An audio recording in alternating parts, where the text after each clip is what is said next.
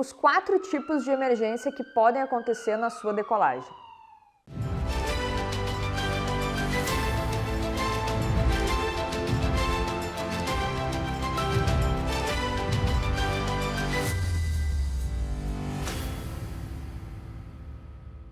Embora voar seja uma atividade extremamente segura, é muito importante que os pilotos estejam treinados para qualquer eventualidade que venha acontecer ao longo do nosso voo.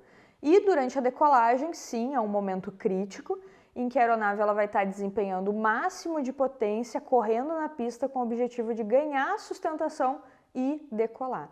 E claro que durante esse momento a carga de trabalho do piloto ela fica muito grande e é um momento crítico ali onde podem acontecer panes. E pane a baixa altura, principalmente durante a nossa decolagem, pode ser bastante crítico. E é por isso que a gente faz um briefing antes de fazer a nossa decolagem, mencionando todos os tipos de pane que podem acontecer ao longo desse trajeto e também mencionando o que vai ser feito em cada um dos pontos. Então a primeira pane que pode acontecer é antes da nossa VR, ou seja, antes da gente rodar a nossa aeronave, ou seja, antes da gente sair do chão. Nesse caso, a gente ainda está no solo, então basta reduzir a potência, controlar a aeronave pelos freios e pedais e manter a aeronave no solo. Então, se você ainda não rodou a sua aeronave, isso falando um cenário de treinamento, ok? De aeronaves de pequeno porte, monomotoras principalmente, a gente vai simplesmente abortar a decolagem, controlar a aeronave e voltar para a manutenção, porque alguma coisa de errado tem ali. O segundo momento que pode acontecer é não na nossa VR, ou seja, a gente já rodou a aeronave, a gente ainda tem pista em frente, pista suficiente e o motor resolve apagar.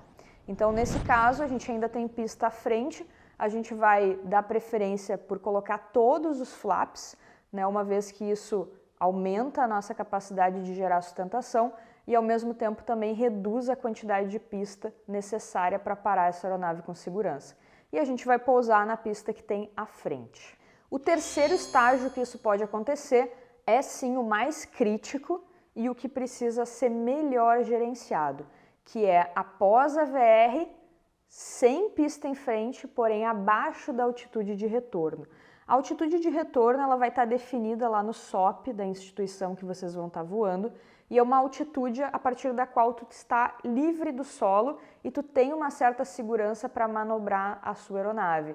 Então, se você estiver abaixo dessa altitude de segurança, você não tem essa margem de manobra, essa margem de curva, então é aconselhado que você pouse também full flap, né? Utilize todos os flaps da aeronave, com o mesmo objetivo de aumentar a sua sustentação e reduzir a sua distância até a parada total da aeronave, mas você já sabe que você não vai pousar na pista, você vai pousar fora da pista e você está a baixa altura. Então a indicação é pousar em frente, se o campo for apropriado, ou aos lados, tá? No máximo 45 graus para cada lado.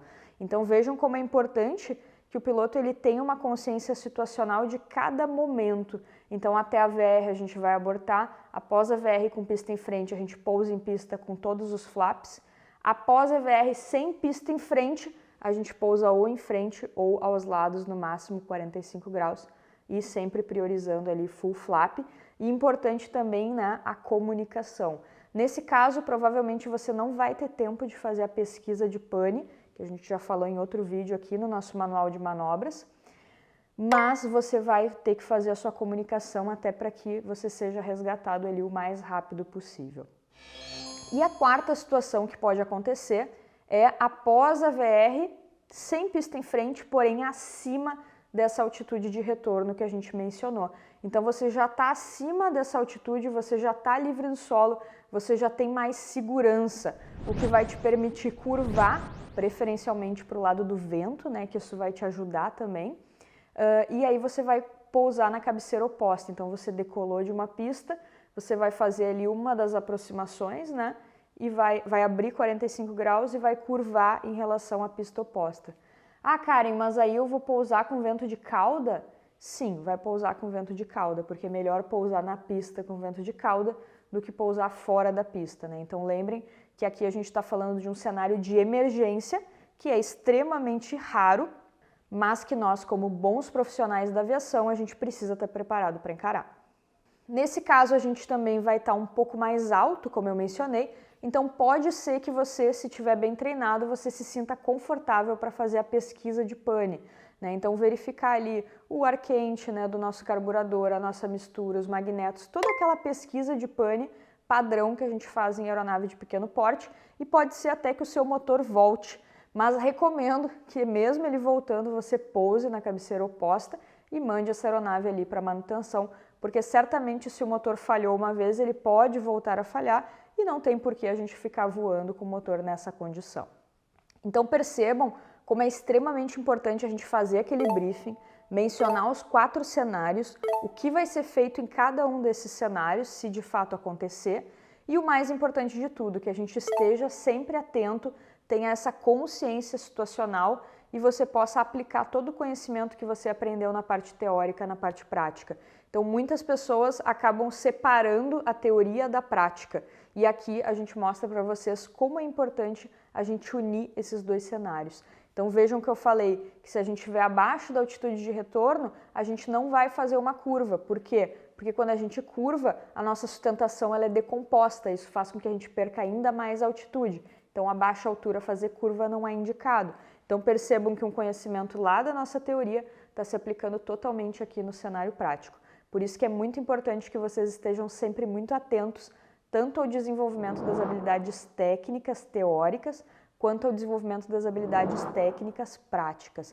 É muito importante que vocês sejam pilotos completos, desde o início da formação de vocês, focando não apenas na aprovação da prova, mas em todas as próximas etapas da sua formação.